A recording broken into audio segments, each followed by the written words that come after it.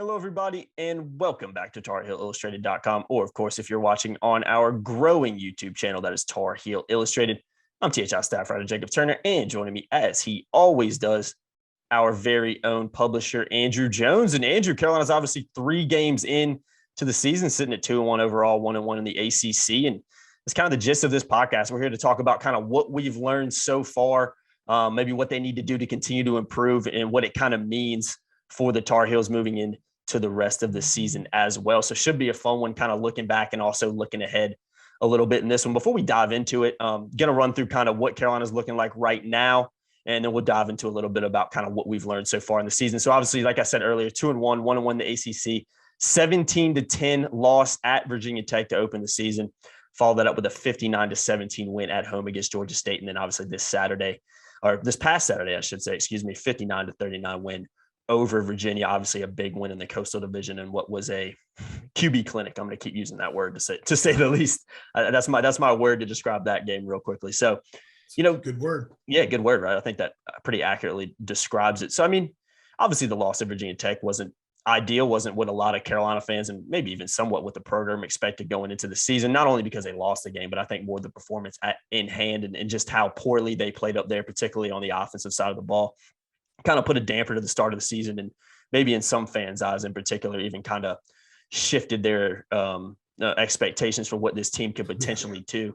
So, I mean, but I think what we saw on Saturday kind of changed that mindset a little bit. I know I've been talking to some fans. I think the energy and a little bit more of the belief is back that this team can kind of make a run. We'll obviously talk about what the schedule looks like over the next few weeks in particular a little bit later on this podcast. But ahead of Georgia Tech this Saturday down in Atlanta, AJ, from what you've seen from the Tar Heels so far, 3 games in, what have you learned about this football team?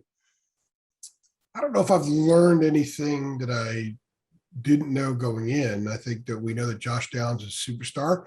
We said a bunch of times in spring, or certainly in the summer, when we did our Josh Downs podcast and then in fall camp, every Carolina football fan is going to know who he is by the end of September. We get into October, and I think that that's absolutely the case.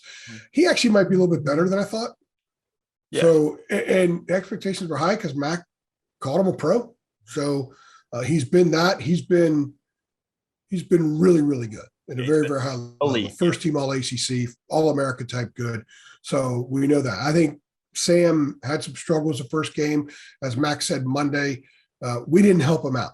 And they didn't help him out that game. I think he'd love to have that last INT against Virginia Tech back, but he can't. It's in the books. It happened. Learn from it. But the last 2 weeks, he's been incredible.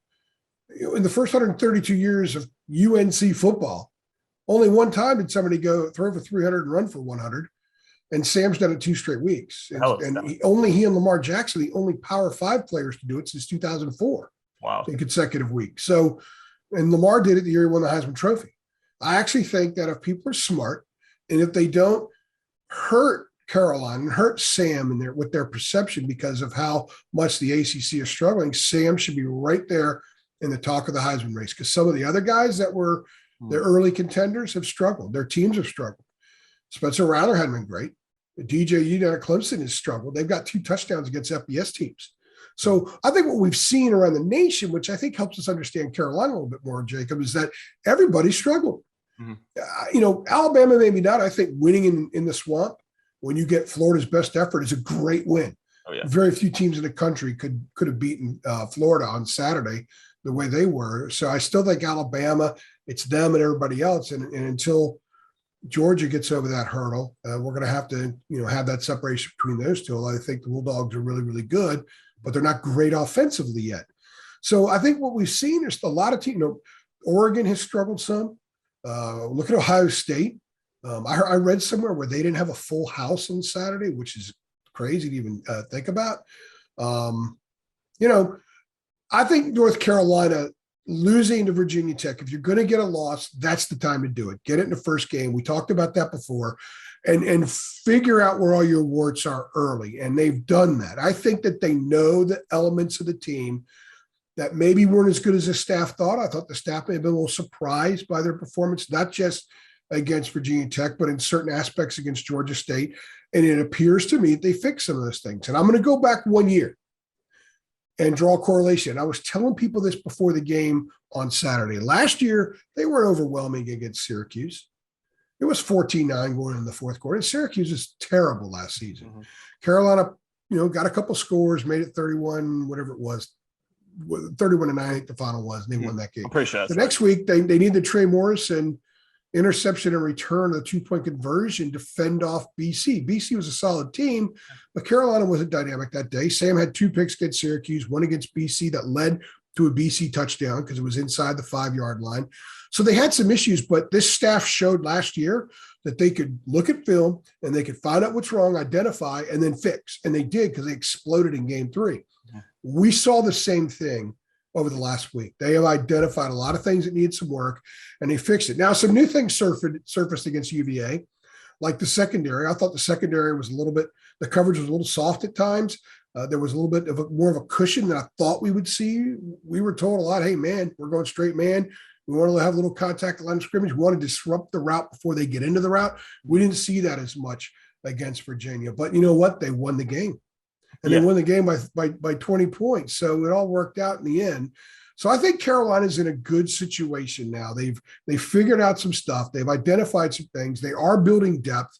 They're not afraid to move some guys around. We saw Cedric Gray start at linebacker, Regina Sante against Virginia. Kamen Rucker got a start, played a ton of snaps. He played 5 snaps against Virginia Tech. Mm-hmm. Cedric Gray did not play at linebacker against Virginia Tech. And I thought they were the 2 best defenders they had Saturday against Virginia. And they both played a ton. So the staff is doing their job. They're doing their work, and they're tweaking. And I think that the Tar Heels go into this 4-game stretch very well positioned. They should win each of these 4 games. So they should be 6-1 when they have their open date. And they should get better each week because they're playing teams that they should beat, but they're also going to challenge them enough that the staff will learn from the film each week where the areas are they need to fix. So by the time they go to South Bend at the end of October, they might be ready and should be ready to go up there and win a game like that, which could change the trajectory of this season. Yeah, definitely. I want to stay on the defense for a little bit, and then we can talk about the offense a little bit later before we look ahead. Just some stats I'm going to read off real quick. Allowing 380.3 yards per game, allowed 9 touchdowns on the season, 5.3 yards per play. So I think overall, pretty solid. Obviously the first half against UVA, and especially in the way it ended, was a little bit of a damper. When you look at how they bounced back in the second half, only allowing 11 yards total, particularly in that third quarter, I thought we saw a lot more improved play from the defense as a whole. And I think overall, you've seen the defense play pretty well. Only 10 points at Virginia Tech. I know Virginia Tech had a couple of what I like to call self-destruction moments, particularly in that first half where they probably should have went down the field and scored, barring a few turnovers. But as a caveat to that, you got to force those turnovers in the first place. So credit to Carolina. So only 17 points against Georgia State and obviously 39 against UVA. But like Max said a lot, Brennan Armstrong, big-time quarterback, one of the best quarterbacks in the ACC. I'd probably go say even one of the, top 15 quarterbacks in the country with how he's played so far. Top 10, yeah. Top 8. He's been fantastic. He's an NFL guy. We talked about him last week. Oh, yeah. He's an NFL guy, no doubt. He's fantastic. He's so cool, calm, and collective in the pocket. And I liked what you talked about in the secondary. I want to ask you this about the secondary because I was thinking about this and talking with some Carolina fans about this as well. I know the secondary, like you said, looked a little bit vulnerable at times, got beat on some plays, in particular against UVA on Saturday. How much of a factor does the absence of DeAndre Hollins and the fact that Storm Duck, I know we saw him a bit against Virginia. That was kind of the first time we've seen him this year, but he's obviously not 100% healthy. How much do you think, the fact that they're having to kind of keep Grimes and McMichael out there for a majority of the snaps, and then you add on to the fact that, I think UVA had over 50 pass attempts. How much of a factor do you think those two kind of things played into the secondary at times, especially in that first half, looking a little bit vulnerable? Well, they were still fresh in the first quarter. Good point about the first half. UVA's first play, they gained 28 yards in a pass play. Mm-hmm. Their second drive, I think the one that ended in the fumble, they had a 49-yard pass play. So they were open. And we got to be honest here. We're not going to BS people. We talked after Georgia State that there were times where Georgia State receivers were wide open. Absolutely. But the quarterback missed them badly, and they had a few drops as well. So, and I'm not dogging on the secondary or the corners or anything like that. It's just, I think people expect perfection. I think Tony Grimes comes in and people expect that he'll never get beat. Yeah. And that's not possible because the other teams have good players too, and they try hard as well. And you're going to get beat. Like Brennan Armstrong's damn good. Yeah, and a damn good player having the best game of his career against you with really good receivers like we talked about last week, they're going to have success. That's why in the end, you won a game, you won by 20 points. Offense did what HIT had to do. You win a game by 20 points, you got a lot of stuff to clean up, right? A week before, they won a game by 42 points. They had a lot of stuff to clean up. That's actually a good sign. Yeah, definitely. And it also shows you that the standards that people have for this program right now are very, very high. They're certainly a lot higher than they were in 2018. Mm-hmm. So they're going to pick at some things that maybe wouldn't have been as noticeable a couple of years ago because there were more things to pick at. Mm-hmm. So I will say that I do think, let's see what they do. I don't know if Georgia Tech's going to be a great test through the air. Jordan Yates, the quarterback, I believe is TJ Yates' nephew. Yeah, I think Max said that. And TJ Yates, one of my favorite guys I ever covered. Really enjoyed him. So it'd be neat to see him there. And TJ probably rooting against Carolina for one time in his life. But, Jeff Sims is their regular quarterback, and he's got a shoulder injury. So I don't know if he's going to play or not. He did not play the last 2 games. So I don't know how tested they're going to be. I think that Duke will test them some through the air, certainly on the ground. They have a great running back. And then FSU and Miami come in, they will test them through the air. I don't think it's a big concern. And not having Hollins, I don't think is that big of an issue because Grimes and Michael are high-end players. And even if they have to play every snap, they should still be able to handle playing every snap. But a lot of their problems are early on. The thing that concerns me about the defense a little bit, Jacob, is how disoriented they were early in Blacksburg. Remember, and I've said this a lot, 32 plays on the first 3 drives for Virginia Tech. They adjusted, buckled down, and they were outstanding after that. But they didn't look ready when the ball was snapped at times against Virginia Tech. And that happened the other night too. Carolina had to burn a timeout one time because they had 12 guys in the field because I think it was Tamari Fox. He came out and then he goes back on and he wasn't sure whether he was supposed to be in there or not. And that communication has to happen on the sidelines. And I'm sure it does. Sometimes kids don't hear it. It was pretty loud. And when you're on defense, the crowd's louder than when you're on offense. When you're at home, that could have had something to do with it. But they were not set a healthy handful of times when the ball was snapped. So they need to get that pre-snap stuff cleaned up a little bit. And that is something that you can do during the course of the week. You do it by having guys, maybe they sub so much that's been an issue. I have no idea. I don't know. Didn't talk to Jay Bateman about it on Monday. It's one of the things that if we had in-person media stuff and we could each ask 5 or 6 questions, maybe it would have come out. When it's on Zoom, you get 1 or 2 questions, and sometimes we don't get to places that we would normally would when we're talking to the players and the coaches. So we'll see how they handle that against Georgia Tech because they're going to throw some different looks at them as well. So that is an area of concern. But that is also something that's very, very correctable, and we should see that corrected over time. I think overall the defense gets a pretty high mark through 3 games. Yeah. They've stopped the run well. They got 5 turnovers. Last year they forced 11. They have 5 so far. Should have had a couple more picks the other night. Don Chapman had 2 that he should have had. One was right in his hands. Conley had that incredible play with the interception. So they forced a fumble that they recovered. They forced another one they didn't recover. They're getting some turnovers. They're creating those situations on the field defensively. They're forcing 2nd and long situations, 3rd and long situations. So I like the direction the defense is headed. I wouldn't read too much into what happened against the Pass the other day because that's a great quarterback having a great game, and you still won by 20 points. Accept it and move on.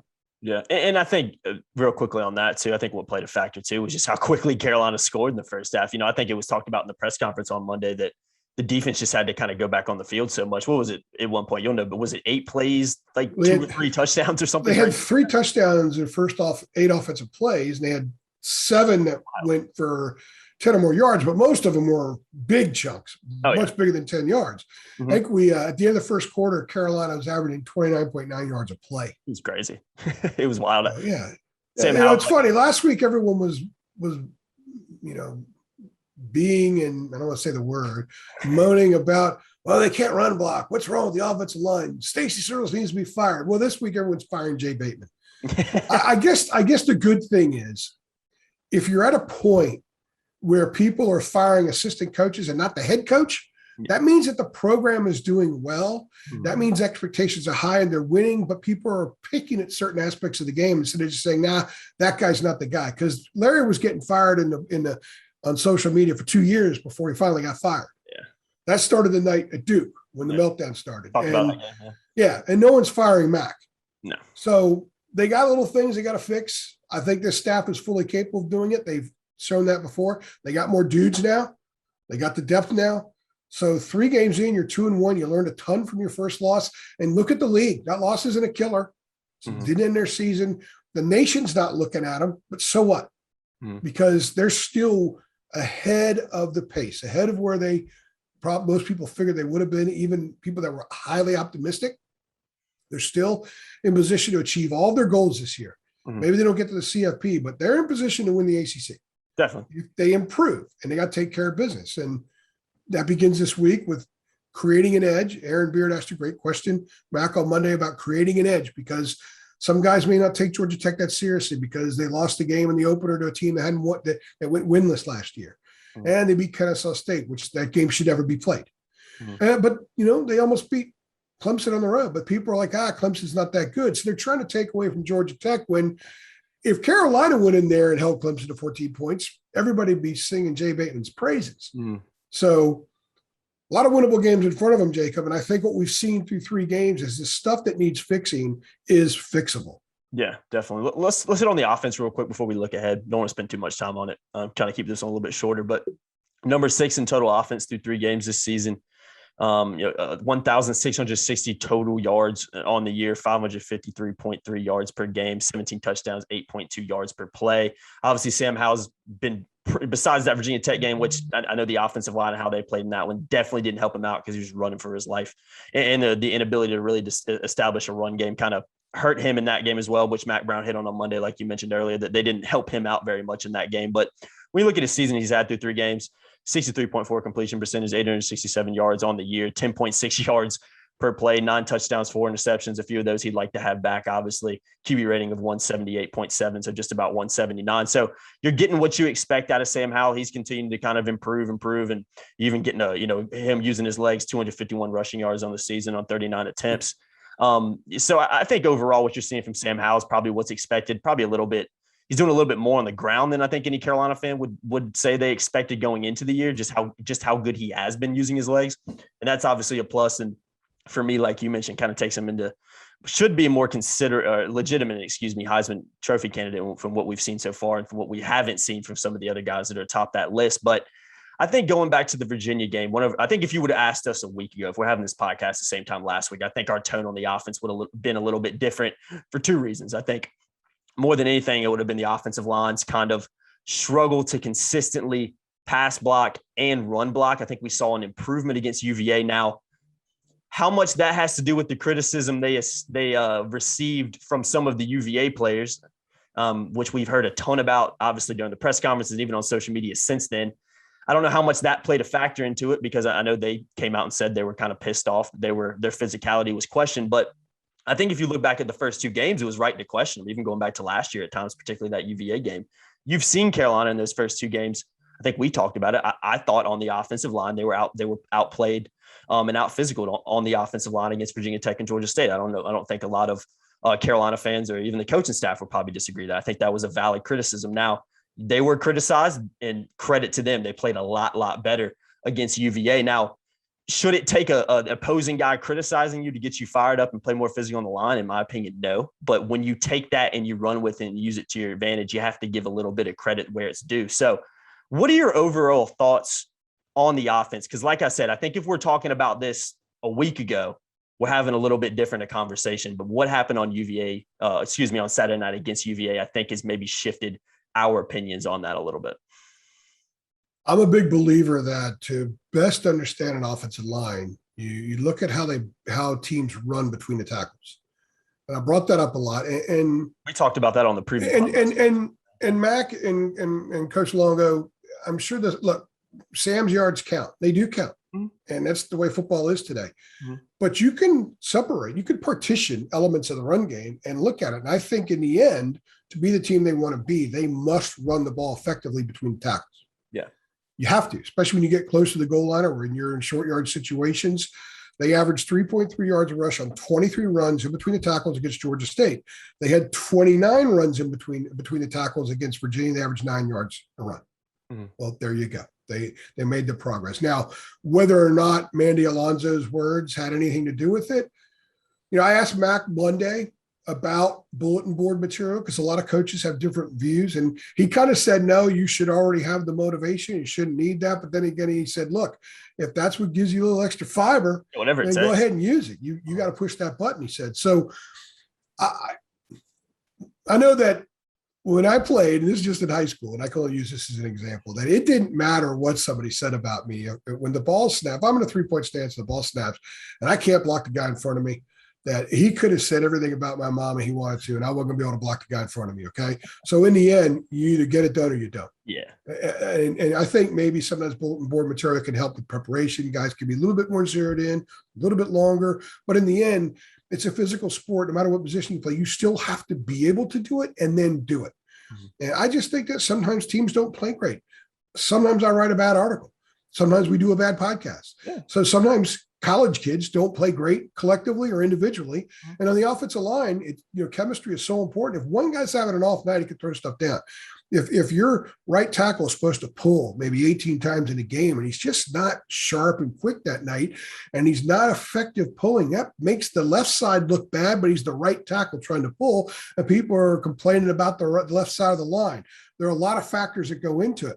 In addition, and I think this is something that we didn't give enough credence to last week, where I think, made a mistake, where I made a mistake as someone who observes this, with a fairly keen eye, is the transition factor for Ty Chandler. Yeah, the fact that he played in another offense for 4 years and he comes here and it is a different offense and he's got different chemistry and, the chemistry with Sam, the chemistry with the line and the speed of the offense and the terminology. It's one thing to hear it throughout spring and the summer and in player-led practices and even in fall camp.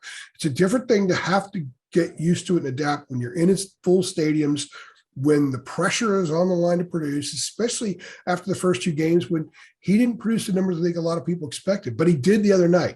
So he clearly, I think, has adjusted. I think that's a big part of it too. So there are a lot of factors at play, but they made that jump. They made that leap. If they would have been at 3.3 against Virginia and 9.0 against Georgia State, I think there would be more reason for concern, to be perfectly honest with you. But they enforced their will against a pretty good defensive front. We said the other night, and I'm not dogging Manny Alonso at all. I think he's a fantastic player. He just made a comment that backfired. If they would have won, it wouldn't have backfired, but they didn't, so it did. But I didn't hear his name much. I think he had 1 or 2 tackles. Yeah, he was quiet. Carolina ran the ball 47 times, and he had 2 tackles, I think. So I think the offense has grown up a lot. They looked the other night like they did a year ago. It was just a couple different jersey numbers, a couple different body types doing stuff, but they looked like they did a year ago. And I think that's the biggest compliment you can give them, how they perform. So credit goes to Stacey Searles. Credit goes to Phil Longo, all the people out there that wanted to fire Longo after a 59-point performance, which is insanity. You should be very pleased with how they improved on the offensive side of the ball in 1 week. And they did it with 3 starters not starting. Yeah. So that depth that we heard about, we questioned it last week. We said, hey, they tell us about all this depth. Well, then the guy that steps in for Anderson or steps in for Azuda should be able to get the job done. Well, they had 3 of them, Montilus, Kieran Johnson, and then William Barnes getting his first start. They graded out very well and they played very well. So I thought Saturday night was an enormous night for the offense. They should be fully loaded with confidence moving forward. Yeah, definitely. And I'll hit on the Ty Chandler point too, because I do agree with the Ty Chandler point in terms of maybe a little bit of our mistake in hindsight of not. Oh, I bungled that one. There's no doubt about it, because I should have known better, because but I haven't seen a lot of transfers coming in and start at running back. Good point. And so, you do have to understand the system. And you have to play it, you have to execute it, you have to watch it on film. I ask a lot of freshmen, what did you see on film? What was it like seeing yourself on film in a college game? Because it's a different world for them then. They're stepping into something that they haven't stepped into before. Well, Ty did the same thing. And Mac even said Monday, it's kind of like he was a freshman, because he has to get to know guys. I mean, Ty Chandler knows what it's like to take the field at Tennessee. He knows what it's like to wear that orange. Okay, that's who he has a college degree from there. He's a volunteer. So now it's tough to maybe adapt to a different program, a different culture, smaller stadium. He's got a superstar guy at quarterback that, where's my place in this offense? Where's my voice in this room when I've got that guy here? And all of a sudden Josh Downs explodes and he's a big talker. So it's not just what you can do physically. There are a lot of other factors that play into it. And I'm going to take their word for it. I think Ty even said last week that he was adjusting and learning to fit in. So 100%. I think it's a very real thing. And if he has fit in now, then I think some of what we saw the other night, you should expect to see on a regular basis. Yeah, and just one thing to hit on that, I actually had somebody on Twitter, I don't remember who it was, coming at me and really speaking at the whole media as a whole last week and kind of saying that we overhyped Tyler Chandler and that we're saying he was a lot better than he was. And I had two things to say about that. I actually bit my tongue because I don't like to argue on Twitter too much if I don't have to. But that's not a place you want to. Yeah, it's just like talking to a brick wall. You never go win the conversation. I remember kind of saying to him, I said one thing. I was like, jury's still out for me. I mean, he's played 2 games so far. He's a transfer in. I mean, how can you say he's been a flop so far, whatever you want to call it? I mean, I think, and obviously came into fruition on Saturday against UVA. But the second thing I said is, I wouldn't sit here and say we overhyped him. I mean, everything that we kind of reported on THI Chandler was what we saw from him in spring, what we saw for him in tidbits when we were out there in the fall, and obviously what the coaches and players were telling us, because in the end, that's really all we can go off of in the long run. We're not at practice every day. We're allowed to go to one open practice during the fall. So, I just wanted to make that comment as well, because I saw a lot of Carolina fans being like, oh, THI Chandler is a bad running back. And I'm sitting here, looking at Saturday night, 198 yards on the ground, career high for him, even going back to Tennessee. So credit to him for kind of improving. But I do agree, and I'm glad you said it. In the end, maybe we didn't kind of give him that leniency on the time it takes just to adjust to a completely different program. And not only that, new environment, new school, new classes, new everything. I mean, it's just a completely new kind of adjustment for him. Let me throw another little bit of praise for the staff, and not like I do that for any other reason than when it's justified. And I think, maybe we missed a little bit on Sam as well. Yeah. The number of hits and stuff like that, because they saw a guy who could do it. I mean, Bateman said he saw it in camp. What Sam's going to do with his legs. And it is a legitimate part of the game today. If your quarterback can run, he should run. Well, they have a quarterback that can run. Mm-hmm. I didn't think that – I still don't believe you want your quarterback running to be – you've got to be able to run between the tackles. And I think being able to run between the tackles makes your quarterback a better runner. I also believe that Sam makes the inside runs a little bit easier because he stretches out the defense. They got to be a little more aware of him, whether he's going to get rid of it, whether he's going to keep it. They have to have more eyes on him, not just as a passer, but as a runner as well. And by the way, 251 yards through 3 games means he's on pace for 1,000 yards. Wild, man. That's wild. That would be the most surprising 1,000-yard rusher in Carolina history. Easily. I did not expect. I'll throw my hands up. I did not expect. The staff, these guys know. They know. I mean, Mac knows. Yeah. When people laugh when he says Colt McCoy and Vince Young, he's not Vince Young. Maybe he's not Colt McCoy. Maybe he's better than Colt McCoy. Maybe he's a better overall player than Colt McCoy. I think he probably is. So, he might be. I mean, Colt McCoy was phenomenal. Yeah, for sure. Let's let Sam play this thing out and see where he is. But that's a weapon. And that's a legitimate part of their offense moving forward. Georgia Tech is going to spend a lot of time preparing for Sam Howell running the football. And they better if they want to be competitive in this game. Duke's going to do the same thing. FSU, Miami, everyone is moving forward. And I think that, though, when the conventional stuff catches up to Sam, you already know the Sam element's there. And when the conventional stuff catches up, which it took a giant step forward in doing that the other night, then suddenly you've got a dynamic offense. It's not Michael and Javonte, but it's Sam and Ty. And if TJ Jones ever gets healthy, DJ Jones is a guy that could be in the mix there too, because I think he can be electrifying. He just can't stay healthy. Yeah, they've got guys at that position. And like I said, credit to THI Chandler for having a big night, and obviously to the offensive line, which we were very critical of through the first 2 games, and rightly so. But if they keep playing like that, there's not much you can really say about them. Let's look ahead real quickly, AJ, before we wrap this one up. I don't want to keep people on here too much longer. Georgia Tech coming up on Saturday, Mercedes-Benz Stadium, 7:30 p.m. kickoff, ACC Network, obviously a big kickoff. I personally think playing Mercedes-Benz Stadium actually gives Carolina a little bit more of an advantage than if they were playing at Bobby Dodd. That's just my opinion. Why?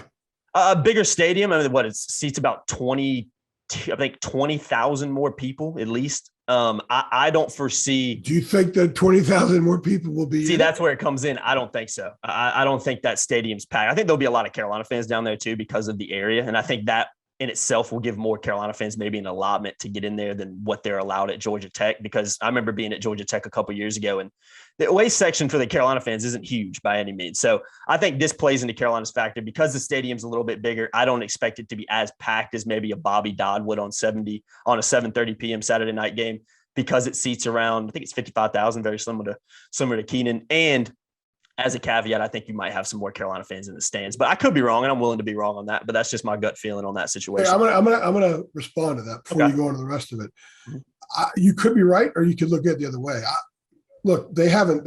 Georgia Tech hasn't sold out for non-Clemson or Georgia games for a while. Yeah, there was a time when Bobby Dodd was packed. It was a great environment. It has not been that great in recent years. The base grew a little apathetic in the late Paul Johnson years.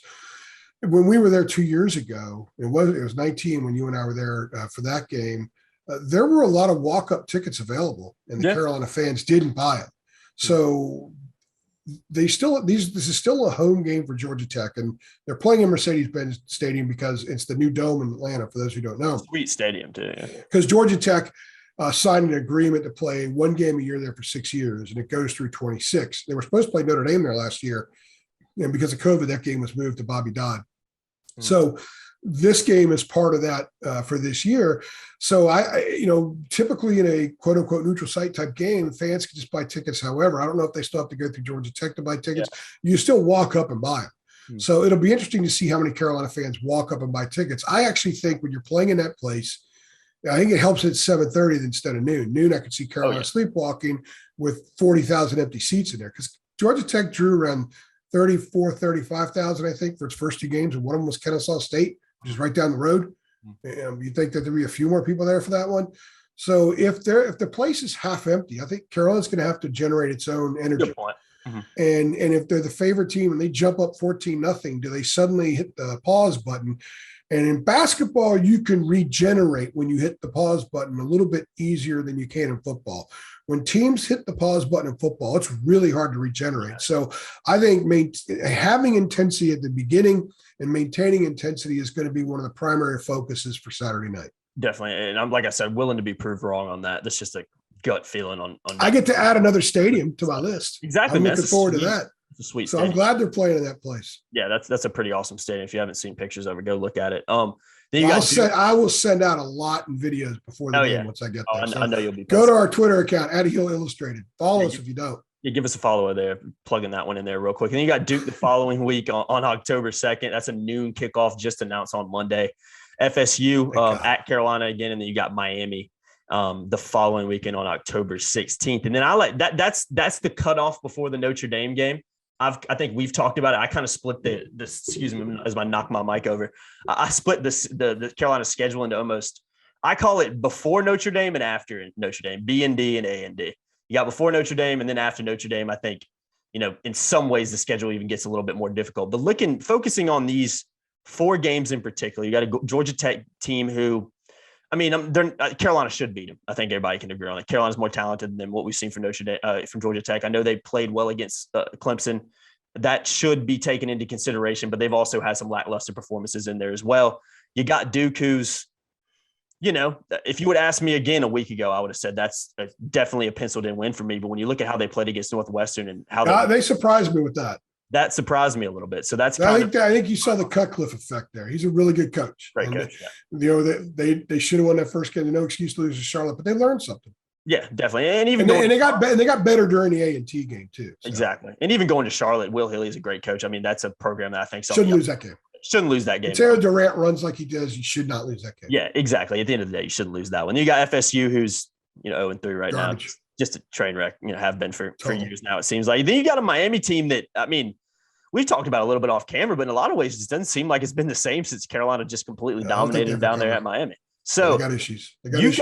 You've got 4 games on the schedule coming up before Notre Dame, B and D, as I like to call it. Like I said, that are extremely winnable. And I think a lot of Carolina fans and even a lot of neutral people would say Carolina probably should be winning all 4 of those games if they are looking to get to the points and reach the stated mission that they've set out, and based on kind of what we've seen over the first 3 weeks of the season too. So, it's there for the taking for me. And I think it's very realistic to expect Carolina going into Notre Dame to be sitting at what? 1, 2, 3, 4, 5, 6-1. Yeah. I think that's very likely scenario. So have your expectations at all shifted on that? And do you think that's realistic? Do you think Carolina, probably on paper, and I know on paper doesn't carry a lot of weight because of college football at the end of the day. But we have 3 weeks of intel now.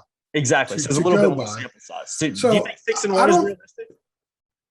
I thought I said a lot during August. I thought Carolina's going to be a lot better in November than in September. The Virginia Tech loss surprised me in the manner that it happened.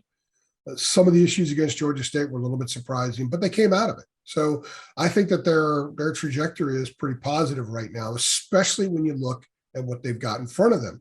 Mm-hmm. They have to approach these 4 games individually. You can't, if you're a player and you can't allow any. They're going to look at the 4-game group because they look at groups, but you can't play Duke this weekend. You got to play Georgia Tech, and I do think that until the program fully grows up and has gone past the process of winning games you're supposed to win, there is the possibility that they could get upset in one of these games. They could get upset this week. If Georgia Tech is as physical Saturday night defensively as they were against Clemson, that's going to be a problem for Carolina. They're going to have to deal with that. Yeah. They should be able to overcome it. They should hit on some big plays. They've got the big playability. Sam to Josh Downs should get him a couple of scores, right? No, they've got elite talent versus what Georgia Tech has. That should prevail. Same thing against Duke. Florida State's a mess. One of my good buddies was covering the game in the Wake Forest the other day, and he texted me 4 or 5 times. I think I showed you one of the texts in the press box that they're just poorly coached. They're just an unbridled mess. Mm-hmm. And I think Miami's a mess right now. They're a mess in a different kind of way. I think Miami can line up and play good football if everything kind of comes together. I'm not so sure Florida State can right now. So throw out the Notre Dame game. Everyone's going to have a high end. Everyone's going to have a low end. Throw that out, and the 10 games in between are really who teams are. And so I think North Carolina should win these 4 games. And there's a chance they could win them convincingly. They are great opportunities for this team to build some steam, winning games, and also getting stuff worked out. They have opportunities each of the next 4 weeks, then with an open date, to get stuff worked out. People might be a little concerned about the secondary after the other night. We got 4 games to get better in the secondary. If Cedric Gray is your guy at linebacker instead of Eugene Asante now, you got 4 games where he's going to get 45 or 50 snaps to get everything figured out and get him where you need to get him. They can get a defensive line rotation going where we really know what the specialists can do. They think they know what they can do in August. Then you get in games, you really find out what they can do. Mm-hmm. And I think offensively, 4 more games with Chandler getting comfortable. Get time for DJ Jones to maybe get healthy and come back. You time for other receivers to step up and become players. Joffrey Brown had the drop there tonight, but he also had the 75-yard touchdown catch. They need him to be consistent. They need him to run good routes, hard routes every time the ball is snapped. And if they have that, they're going to have a guy that's going to complement Josh Downs really well. So you've got 4 games to get him on track that way that you should win. Like I said, even if they don't play A-plus football the next 4 weeks, I still think they could win with B-plus football, B football in some cases. Agreed. But they want to strive for A-plus, but no one's going to be great every week. So North Carolina fans should look at these next 4 weeks. A, get wins. B, get ACC wins. C, get a 6-game winning streak going, move up the rankings, continue the brand building of Mac Brown at North Carolina Part 2. And D, get better. Get better every week. And then by the time you go to South Bend, if the Irish keep winning, and they're going to get better too, because they got a lot of young guys and they've survived early, but winning gives you confidence. That could be an enormous game that could actually change their season some. Or they go up there and lose, and we say, hey, part of the process. They got to go up and play those games and be in them to figure out how to win them and all that kind of stuff. So I think this team has a progress, and I think this process, and this program has a process, and I think they're fully in the midst of both of those right now. Definitely. Good place to wrap this one up, AJ. By the way, I'm looking at, I got it on my screen right here. I got Vivid seats pulled up for the game on Saturday, and there's a fair few amount of seats still left in Mercedes-Benz Stadium. So Carolina fans, go jump on that. I guess there's not scalpers because everything's done electronically right now. I'm seeing $47 a ticket for you could get scalper tickets in the pre-COVID days for probably $10 for that game. So if you're a Carolina fan and you're in that area, you can walk up and buy a ticket. 100%. Yeah. Like I said, I'm seeing $47 tickets in kind of the bottom level of the upper deck. So I bet the place is half empty. I would agree. So Carolina's going to have to generate and you know what? That's a great challenge. If you want to evaluate this program on every prong of a program, all the things that are important, we've heard about basketball like last year in the COVID year. How often did we talk about, hey, Carolina's got to generate its own energy on the road in an empty building or even at home? It's very difficult to do sometimes. So this will be a deal where the coaches have to find ways to push the buttons, and the senior leaders are going to have to get these guys charged up. And they're going to have to figure out a way to create that edge. I thought Aaron Beard asked a great question. It's in Mac Brown's press conference. If you haven't watched it, go ahead and watch it. It's about 14 minutes in. I think it's right before my question too. So it was a very appropriate question. So we're going to learn how a favored North Carolina team could go on the road where there's a lot of empty seats, generate its own energy. I think that'll be a neat thing to see, and it's something we're going to be watching for. Definitely. No Mandy Alonzo's this week. Well, hopefully Georgia Tech learned that's not. I hope not, because I like you said, and I kind of understand where you're coming from, and I know we're going to cut this thing off because we've already gone 14 hours in this podcast, but we like to do that. So. I don't want to see things like, we saw it once. I don't want to see something like that interfere again. I want to see natural progression. Yeah. I want to see self-made stuff. I want to see them engineer everything from within. Don't want anything else outside to kind of give them a boost, because I want to know as much about who they naturally are as possible as someone who covers a team. And we're going to learn some stuff in that respect on Saturday night. It's going to be fun. Absolutely. Couldn't agree more, AJ. Good stuff, man. Appreciate you hopping on here and talking a little Carolina football 3 games in. As always, I've been Jacob Turner. He's been Andrew Jones. For all your coverage leading up to the Georgia Tech game this Saturday and after it, of course, make sure you keep it locked to TarHeelIllustrated.com. Find a link in the description below. And, of course, keep it locked to our YouTube channel, Tar Heel Illustrated. As always, guys, you know what to do. Hit that like, share, subscribe button as well, and hit the notification bell, I should say. So you know every single time we upload a video, and we do upload quite often. And we'll see you guys in the next one. Thanks.